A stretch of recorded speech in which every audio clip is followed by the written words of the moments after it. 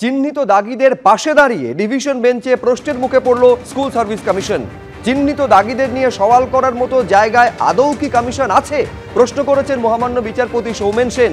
চিহ্নিত দাগীদের নিয়োগে অংশ নেওয়া বা না নেওয়া নিয়ে কমিশন কিভাবে প্রভাবিত হচ্ছে প্রশ্ন তুলেছেন মহামান্য বিচারপতি। চিহ্নিত দাগীরাও অংশ নিতে পারবে নতুন নিয়োগ প্রক্রিয়ায়, সুপ্রিম কোর্টে কোনো বাধা নেই, এই মর্মে সওয়াল করেছে এসএসসি।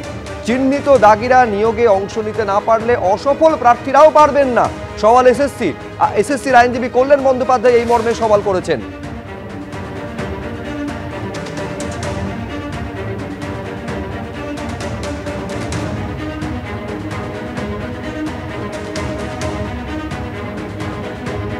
দাগীদের এই জন্য পরীক্ষা বসাতে চাইছে কারণ দাগীরা কারা, যারা তৃণমূলের নেতাদেরকে টাকা দিয়ে পয়সা দিয়ে যারা পরীক্ষায় বসার সুযোগ পেয়েছিল।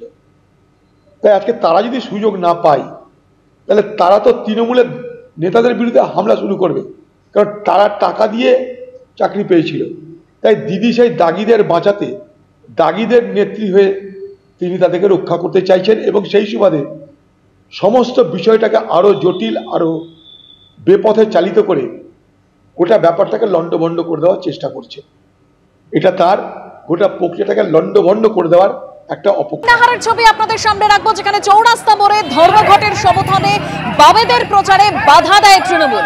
সিপিএম কর্মী সমর্থকদের বেধড়ক মারধর করা হয়, লাঠি পেটার পাশাপাশি চলে কিল ঘুষি। বেশ কয়েকজন সিপিএম সমর্থক আহতও হন।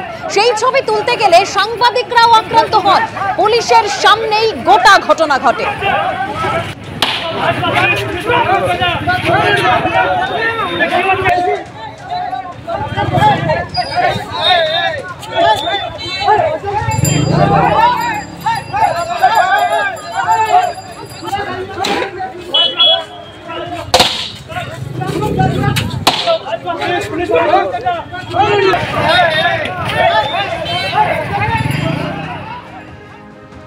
রামপুরহাটে কিভাবে উত্তেজনার পরিস্থিতি তৈরি হয় এবার সেই ছবি রাখবো আপনাদের সামনে।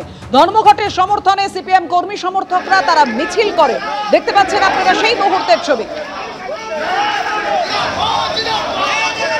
ভারসালা মোড়ে 14 নম্বর জাতীয় সড়ক অবরোধ করে সিপিএম কর্মীরা, 15 মিনিট অবরোধের পর উঠে যায়। আর এদিকে বামপন্থীরা মিছিল করে রামপুরহাট স্টেশনে বিক্ষোভ দেখাতে এলে রেল পুলিশ তাদেরকে বাধা দেয়, শুরু হয় ধস্তাধস্তি।